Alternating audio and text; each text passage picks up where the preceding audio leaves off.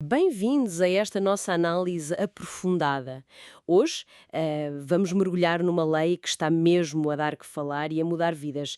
É a nova Lei dos Estrangeiros em Portugal. Entrou em vigor a 22 de outubro de 2025. Exato, e olhem que não é só uma atualizaçãozita, é a 19ª versão, o que, pronto, já mostra que é uma reestruturação a sério nas regras de entrada, permanência, direitos dos estrangeiros cá. É verdade. E o nosso foco aqui hoje vai ser tentar perceber as implicações diretas. Especialmente para cidadãos do Brasil e de outros países da CPLP, não é?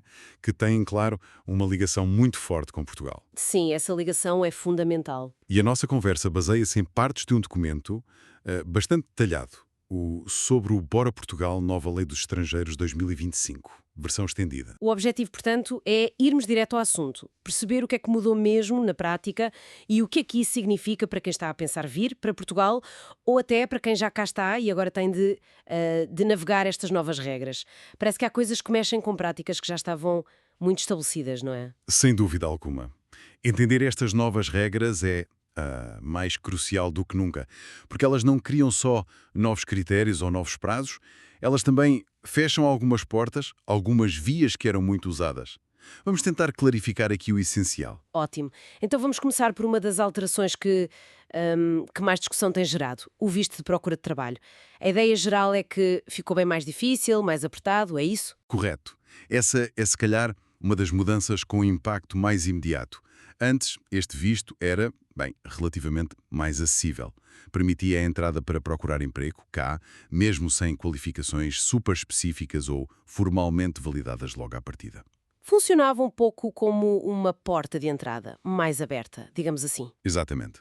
Para muitos que vinham tentar a sorte, procurar uma oportunidade já estando em Portugal. E agora, com a nova lei, como é que ficou? Agora, a coisa muda de figura. A concessão deste visto está condicionada a funções que exigem qualificações muito específicas.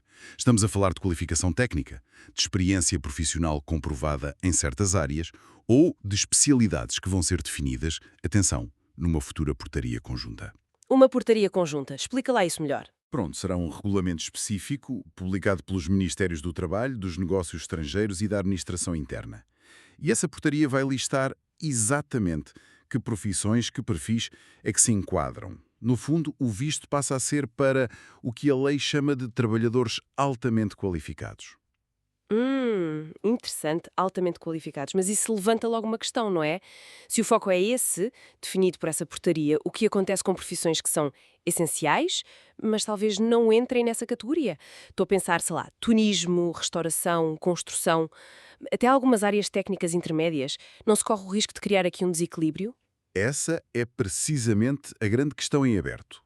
O impacto direto é que muitos profissionais que antes podiam usar este visto para entrar e procurar trabalho ativamente cá, podem agora ver essa porta fechada. Tipo quem? Falamos de técnicos, de criativos, de trabalhadores de serviços especializados. Se a profissão dessa pessoa não estiver explicitamente nessas listas ministeriais como qualificada para este visto, pronto, esta via de entrada específica deixa de ser opção. A fasquia subiu, claramente, e parece haver uma intenção de selecionar perfis mais específicos. Quer dizer que verificar a antes, consultar essas futuras listas, passa a ser absolutamente crucial. Antes sequer de pensar em pedir o visto, não basta só querer vir trabalhar para Portugal. Exatamente. A preparação, a validação da própria qualificação face aos critérios portugueses, isso torna-se um passo prévio indispensável. É uma mudança de paradigma, de facto, de uma abordagem mais aberta para uma mais seletiva, mais direcionada, provavelmente alinhada com certas estratégias económicas do país, não é? Foco em tecnologia, saúde, por exemplo. Certo. Mas, como disse, fica a dúvida sobre o impacto noutros setores que também são muito importantes para a economia. Percebido. Vamos então ao segundo ponto de grande impacto. O título de residência CPLP. Pelo que entendi, acabou aquela história de entrar como turista e depois tratar da residência aqui. É isso. Sim, essa é outra mudança muito significativa e afeta diretamente muitos cidadãos dos países de língua portuguesa. A prática anterior permitia isso mesmo. Um cidadão CPLP entrava em Portugal, como turista, por exemplo, e depois, já cá, manifestava interesse em ficar e pedia autorização de residência ao abrigo do acordo CPLP. Era um mecanismo bastante utilizado, não era? Uma forma de regularização depois de entrada. Muito utilizado. Agora, Essa flexibilidade desapareceu. A nova lei é muito clara. Quem quiser ter uma autorização de residência com base no acordo CPLP tem de pedir o visto de residência certo para isso antes de viajar para Portugal. Antes, ou seja, no país de origem. Exato. O pedido tem de ser feito no consulado português do país de origem ou de residência legal da pessoa. Aquela ideia de entrar como turista já não serve como primeiro passo para este tipo de regularização. Mas espera aí, isso não cria uma barreira um bocado estranha dentro do próprio espaço da CPLP? A ideia de comunidade não pressupõe, de alguma forma, uma maior facilidade de circular e de se estabelecer? Esta medida não vai um bocadinho contra esse espírito? É uma leitura possível, sim, e é um ponto de debate importante.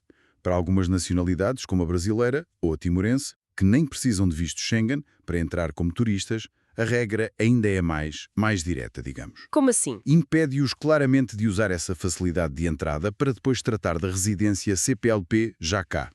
Na prática, exige um planeamento, uma burocracia consular prévia, que não existia assim. Ok. Pode ser visto como um controle mais apertado dos fluxos, sim, mas também pode sobrecarregar os consulados lá fora e, quem sabe, atrasar a vinda das pessoas. A justificação oficial, foca-se na necessidade de ter processos mais ordenados e previsíveis desde o início. Fica claro. O improviso ou a decisão de última hora de ficar em Portugal depois de vir como turista, para cidadãos CPLP, pelo menos para este tipo de residência, deixa de ser uma via legal. O planeamento prévio agora é rei. Exato. Também aí houve alterações, certo? Com condições mais exigentes, prazos definidos. Sim, o reagrupamento familiar, que é um direito fundamental, também sofreu ajustes importantes. Uma das alterações que mais se nota afeta os casais sem filhos. Ah, sim. O que é que mudou? O titular da autorização de residência principal, ou seja, quem já está legal em Portugal, precisa agora de comprovar no mínimo 15 meses de residência legal cá antes, de poder sequer fazer o pedido de reagrupamento para o cônjuge ou companheiro. 15 meses? Uau, é bastante tempo de espera. E para quem tem filhos, a regra é diferente? Mantém-se a prioridade? Sim, aí sim. Para casais com filhos menores ou dependentes a cargo, a lei mantém a prioridade. Nesses casos, o reagrupamento pode ser pedido mais depressa, sem ter de esperar esses 15 meses. O interesse da criança continua a ser aqui um fator de proteção. Ok, isso é importante. E em relação aos prazos de resposta da AIMA, a Agência para a Integração, Migrações e Asilo, sabemos que eles estão muitas vezes sobrecarregados. Bem, a nova lei tenta introduzir alguma previsibilidade. Estabelece um prazo máximo de até 9 meses para a AIMA decidir sobre os pedidos de reagrupamento familiar. 9 meses. Sim, mas, atenção, a própria lei admite que este prazo pode ser ultrapassado em situações devidamente justificadas. O que, claro, abre aqui alguma margem para interpretação e, potencialmente, para mais demoras. 9 meses já é uma eternidade para famílias que estão separadas.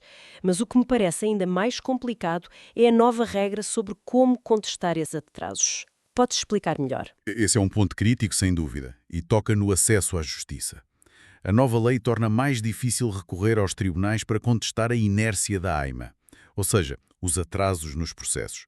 Antes, bastava o prazo legal ter sido ultrapassado para se poder, em teoria, iniciar uma ação judicial. E agora não.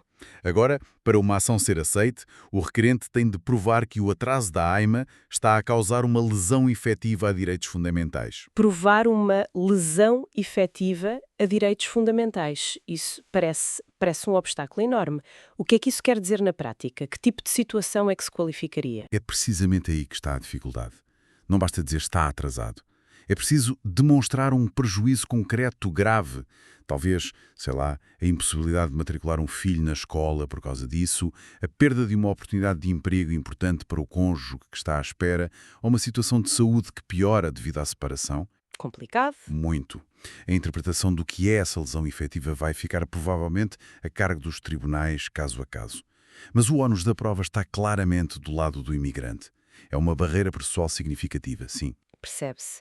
E olhando para estas mudanças todas em conjunto, o visto de trabalho mais apertado, o fim daquela regularização CLPP via turismo, os prazos e as barreiras no reagrupamento, qual é a narrativa do governo? Qual foi a justificação oficial para esta revisão tão profunda? A justificação principal que o governo apresentou para esta, que é a da 19ª alteração à lei dos estrangeiros, é a necessidade de, e cito, ordenar e controlar os fluxos migratórios de forma mais eficaz. O argumento é que era preciso ter critérios mais claros, mais exigentes e um maior controle sobre quem entra e fica no país. Queriam combater o que consideravam ser algumas portas de entrada indiscriminadas. O exemplo do visto de procura de trabalho que falámos encaixa bem nessa lógica, não é? Sim, o governo argumentou que o modelo anterior desse visto estava a permitir a entrada de muita gente sem garantia ou perspectiva real de encontrar trabalho na sua área logo que chegavam. E isso podia levar a situações de vulnerabilidade. A nova regra, focada nos altamente qualificados, visa, em teoria, garantir que quem vem por esta via tem um perfil que responde a necessidades específicas do mercado de trabalho português. Faz sentido. E a questão dos prazos da AIMA e a limitação das ações nos tribunais, como é que isso se justifica? Aqui, a intenção parece ser dupla. Por um lado, dar alguma previsibilidade aos processos, estabelecendo prazos, mesmo que sejam longos e com exceções. Por outro lado, e talvez de forma mais pragmática, tentar reduzir o volume de ações judiciais contra a AIMA por causa dos atrasos. Que sobrecarregavam tudo. Exato, sobrecarregavam a agência e os tribunais. Ao subir a fasquia para se poder processar o Estado por atraso, espera-se diminuir esse fluxo nos tribunais. É uma tentativa de gerir a capacidade administrativa. Pronto. Embora com custos potenciais para quem espera, claro. É importante também referir, como a nossa fonte indica, que o texto final que foi promulgado não foi exatamente a proposta inicial do governo. Houve ajustes no Parlamento para corrigir coisas que foram consideradas inconstitucionais. Correto. Esse processo de escrutínio parlamentar e depois do Presidente da República é fundamental. Tenta garantir que a lei final respeita a Constituição, mesmo que o resultado ainda seja controverso ou restritivo em vários pontos. Certo. Então vamos tentar resumir isto tudo para quem nos está a ouvir. Quais são as implicações práticas mais importantes? O que é que muda mesmo no dia-a-dia para quem pensa em vir para Portugal ou para quem já cá está a lidar com estes processos? Vamos aos pontos-chave, de forma muito concreta. Primeiro, o planeamento prévio do visto correto. Isso agora é absolutamente essencial. Aquela estratégia do vou como turista e depois logo se vê, especialmente para cidadãos CPLP que queriam a residência por essa via, acabou. Tratar do visto antes no país de origem. Exato. Isso implica mais tempo, mais burocracia consular e menos espontaneidade, claro. Ok. Segundo ponto. A questão das qualificações para o visto de procura de trabalho é fundamental. Quem pensa usar esta via tem de investigar ativamente se a sua profissão, as suas qualificações específicas, vão estar nas listas da tal portaria conjunta. Profissionais de TI, engenharia, saúde, técnicos especializados têm de estar muito atentos a isto. Não presumir que são elegíveis. Terceiro, o reagrupamento familiar. Aqui é crucial ter consciência dos novos prazos e condições. Casais sem filhos enfrentam agora aquela espera mínima de 15 meses de residência legal do titular antes de poderem pedir o reagrupamento do cônjuge. E toda a gente deve estar ciente da dificuldade extra em contestar judicialmente os atrasos da AIMA para além dos 9 meses previstos. E por último, há alguma coisa que seja transversal a tudo isto? Sim, a importância redobrada da formalidade, da organização dos documentos, contratos de trabalho ou promessas formais, comprovativos robustos de que se tem dinheiro para viver, comprovativos de morada estável, certificados de habilitações reconhecidos ou traduzidos. Tudo isto ganha um peso ainda maior. Menos margem para falhas. Muito menos. A margem para processos incompletos ou documentos em falta diminui drasticamente. A preparação cuidadosa da documentação é mais crítica do que nunca. O processo ficou mais exigente, mais formal e menos tolerante a falhas. Fica a ideia de um sistema que, ao procurar mais ordem e controlo, também se tornou mais rígido e talvez menos acessível para certos perfis de imigrantes. Existe, sem dúvida, mais informação, mais preparação e, se calhar, mais apoio profissional para conseguir navegar isto tudo. Exatamente. A adaptação a estas novas regras vai ser um desafio e a informação clara e atempada, como esta que estamos aqui a tentar partilhar, é a ferramenta essencial para quem está neste processo. Sem dúvida. E para terminarmos, como costumamos fazer, deixamos sempre uma questão no ar. Algo para pensar que resulta desta nossa análise, mas que talvez não tenhamos explorado a fundo. Que pensamento final podíamos deixar? Uma questão que me ocorre, olhando para o conjunto destas alterações, é a seguinte. Considerando estas novas barreiras, a exigência de qualificações específicas para procurar trabalho, os prazos mais longos para reagrupar familiares sem filhos, o fim da regularização CPLP via turismo, que impacto a longo prazo é que estas medidas vão ter? Não só no volume da imigração para Portugal, mas no perfil dessa imigração. No tipo de pessoas que vêm. Exatamente. Será que estamos, mesmo sem querer, a redesenhar a composição demográfica, social, profissional das futuras comunidades imigrantes no país? E quais as consequências disso para a sociedade portuguesa e, claro, para as relações com os países de origem, especialmente os da CPLP? É uma excelente pergunta para ficarmos a refletir. Que tipo de Portugal migratório está a ser construído com esta nova lei e como é que isso vai moldar o futuro? Fica a pergunta no ar. Exatamente.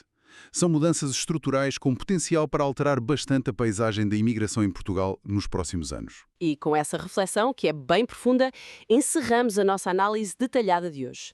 Agradecemos a todos por terem dedicado o vosso tempo a esta conversa sobre as mudanças na Lei dos Estrangeiros em Portugal. Esperamos ter ajudado a esclarecer alguns pontos. Até à próxima!